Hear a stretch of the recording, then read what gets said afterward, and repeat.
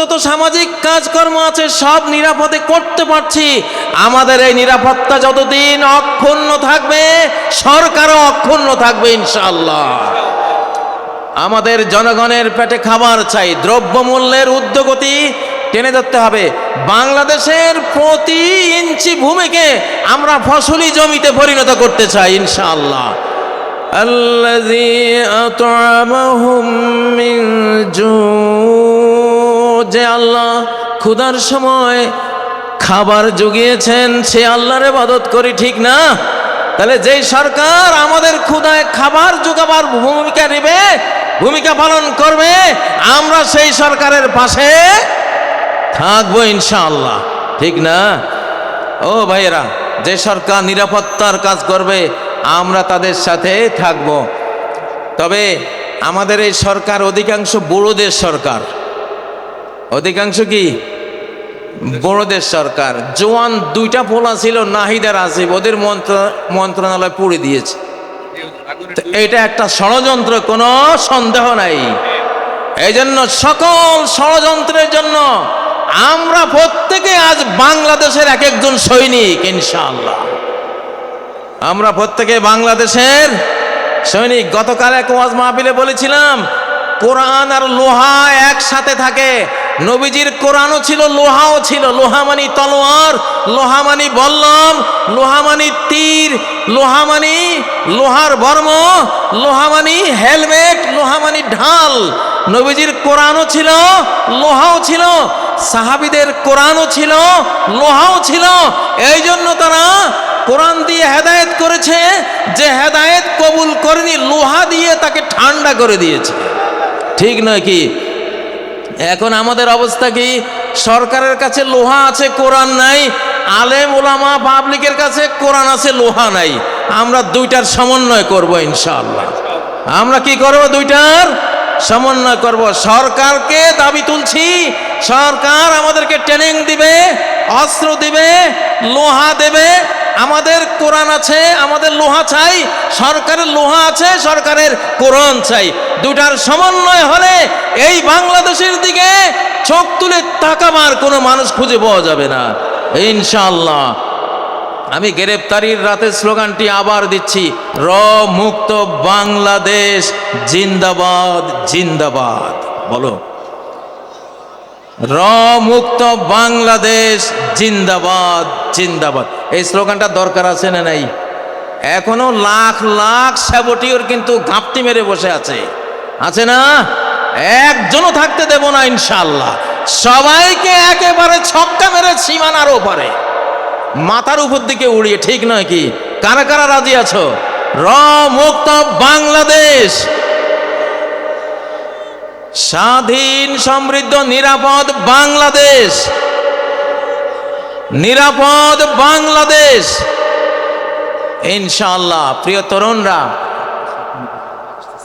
আল্লাহ তাআলা এই বাংলাদেশ আমাদের হাতে দিয়েছেন ইনশাআল্লাহ। বাংলাদেশের মাথায়, জনগণের মাথায় বিপুল বুদ্ধি, আলহামদুলিল্লাহ, অনেক জ্ঞান। তোমরা কি লিটল ড্রাগনের নাম শুনেছ? তরুণরা, লিটল ড্রাগন কাকে বলে? লিটল মানে ছোট্ট ড্রাগন, এম এম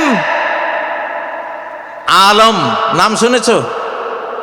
1965 আকাশ যুদ্ধে 1 মিনিটে 40 সেকেন্ডে 4টা শত্রু বিমান ঘায়েল করেছে।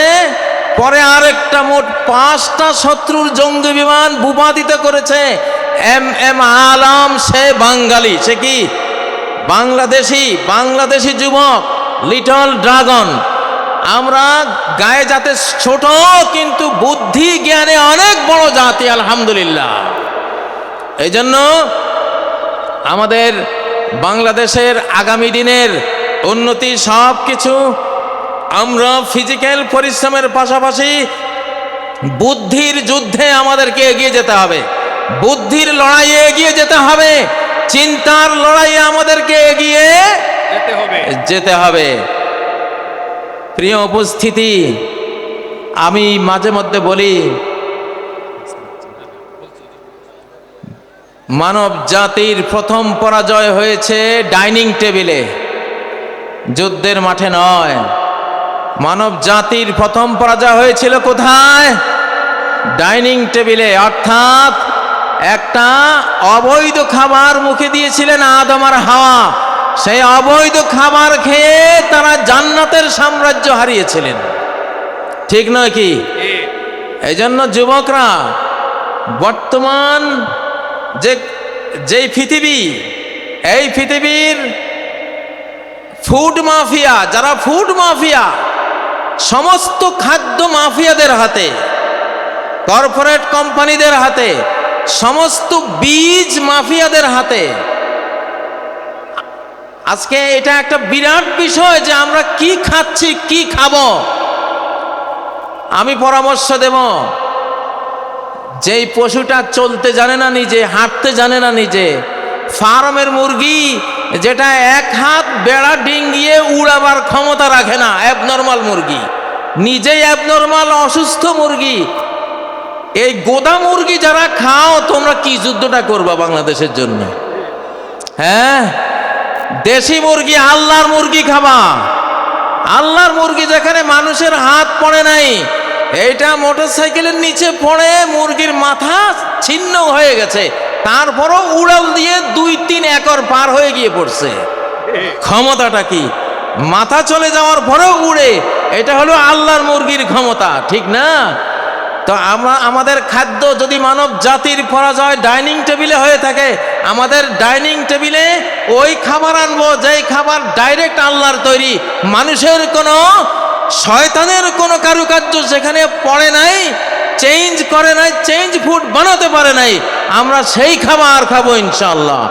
সূরা আন-নিসার 119 নম্বর আয়াতে আল্লাহ তথ্য দিয়েছেন, ইবলিস কসম করেছিল, ওয়ালা আমুরান্নাহুম ফালা ইউগাইয়িরুন্না খালকাল্লাহ, আমি মানব জাতিকে কমান্ড করে করে আল্লাহর সৃষ্টিকে আমি সব পরিবর্তন করে দেব। সেই চেঞ্জ, পরিবর্তিত খাদ্য পানীয় এসব খেয়ে তারা ফিজিক্যালি ধ্বংস হবে, মেন্টালি ধ্বংস হবে, তারা স্পিরিচুয়াল, আধ্যাত্মিকভাবে ধ্বংস হবে, চিন্তা চেতনায় ধ্বংস হবে। এইভাবে সর্বনাশ করব। এই জন্য শিশুদেরকে, নারীদেরকে এবং আমাদের নিজেদেরকে আমরা কি খাওয়াচ্ছি, আমাদের খাদ্য টেবিলে নজর দেয়া, এইটা আমাদের 1 নাম্বার কর্মসূচির মধ্যে রাখতে হবে ইনশাআল্লাহ। প্রিয় উপস্থিতি, ডক্টর মিজানুর রহমান আজহারি ইনশাআল্লাহ তিনি আসবেন, বাংলাদেশে প্রথম তিনি আসছেন। আমিও তাকে উৎসাহ জুগিয়েছি যে আমি তো এসে গেছি, তুমি আসো ইনশাআল্লাহ, আমরা একসাথে লড়াই করব। তোমরা যুবকদের আইকন ডক্টর আজহারি সাহেব আসবেন ইনশাআল্লাহ, তোমরা মন প্রাণ খুলে ওয়াজ শুনবা। এখন আমরা তো 60 পার হয়ে গেছি, এখন পৃথিবীটা আমাদের না, পৃথিবীটা তোমাদের। তোমাদের সৌভাগ্য যে আন্দোলন সফল করতে হলে নবীনদের আবেগ উচ্ছ্বাসের সাথে প্রবীণদের অভিজ্ঞতা, এক্সপিরিয়েন্স সংযুক্ত হতে হয়। সেজন্য আমরা যারা প্রবীণ, আমরা তোমাদের সাথে থাকবো ইনশাআল্লাহ। আর তোমাদের নবীন যারা আইকন আছে, তোমরা তাদেরকে নিয়ে একটা সুন্দর, একটা সোনার, নিরাপদ, স্বাধীন, সমৃদ্ধ দেশ গড়ে আমাদেরকে উপহার দেবে। আল্লাহ তোমাদেরকে তৌফিক দেন, আল্লাহ তোমাদেরকে সেই জন্য জ্ঞান বুদ্ধি বাড়িয়ে দিন। আল্লাহ তোমাদেরকে সর্বপ্রকারের ফিজিক্যাল, স্পিরিচুয়াল, মেন্টাল, কালচারাল এবং ধর্মীয় যত যোগ্যতা লাগে সব যোগ্যতা আল্লাহ তোমাদেরকে দান করেন। আজকের এই মাহফিলকে আল্লাহ সফল করেন। যেই মরহুম মৌলানা শহীদুল্লাহ স্মৃতি সংসদের আয়োজনে আজকের এই আয়োজন, আল্লাহ তার কবরকে জান্নাতের বাগানে পরিণত করুন। তার আমলনামায় আজকের প্রতিটি বর্ণের সওয়াব আল্লাহ পৌঁছে দিন। প্রতিটি শ্রোতা, প্রতিটি বক্তার এই কষ্টার্জিত মাহফিলে আল্লাহর যত রহমত, অনুগ্রহ, ফজল ও করম বর্ষিত হবে, আল্লাহ তাআলা মৌলানা শহীদুল্লাহকে এটি দান করেন। তারই ছেলে নেয়ামতুল্লাহ ভাইয়ের আয়োজনে এত বিশাল একটি আয়োজন তোমরা পেয়েছো। নেয়ামতুল্লাহ ভাইকেও আল্লাহ নেয়ামত দিয়ে ভরপুর করে দিন, আমাদেরকেও অংশীদারিত্বে রাখুন, আমাদেরকেও নেয়ামত দিয়ে পরিপূর্ণ করুন। সারা বাংলাদেশে যদি খাদ্যের ঘাটতি হয়, মান্না সালোয়া দিয়ে আল্লাহ তাআলা ঘাটতি পূরণ করে দিন। যদি নিরাপত্তার অভাব হয়, আমাদের নিরাপত্তা বাহিনীর শক্তির অভাব হয়, তাহলে অ্যাঞ্জেল ফোর্স ফেরেশতা বাহিনী দিয়ে আল্লাহ আমাদের নিরাপত্তা পুষিয়ে দেন, আমাদের নিরাপত্তার ঘাটতি পূরণ করে দেন।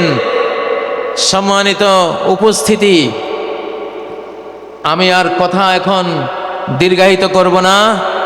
আল্লাহ তাআলার প্রশংসা করে আপনাদের কাছ থেকে বিদায় নিচ্ছি। জসিমউদ্দিন রহমানী সাহেব আসছেন, তিনি পরবর্তীতে আপনাদের সামনে কথা বলবেন। তিনি সম্ভবত চলে আসছেন। তিনি আমার সাথে, আমি যেই মজলিসে আপনাদের সাথে সাথী হয়েছি, ছোট্ট একখানি দোয়া বলে শেষ করব। সুবহানাকাল্লাহুম্মা, আমার সাথে পড়ুন, সুবহানাকাল্লাহুম্মা ওয়া বিহামদিক আশহাদু আল্লা ইলাহা ইল্লা আনত আস্তাগফিরুকা ওয়া আতুবু ইলাইক। আবার বলছি, সুবহানাকাল্লাহুম্মা ওয়া বিহামদিক আশহাদু আল্লা ইলাহা ইল্লা আনত আস্তাগফিরুকা ওয়া আতুবু ইলাইক। ওয়াসসালামু আলাইকুম ওয়া রাহমাতুল্লাহি ওয়া বারাকাতুহু।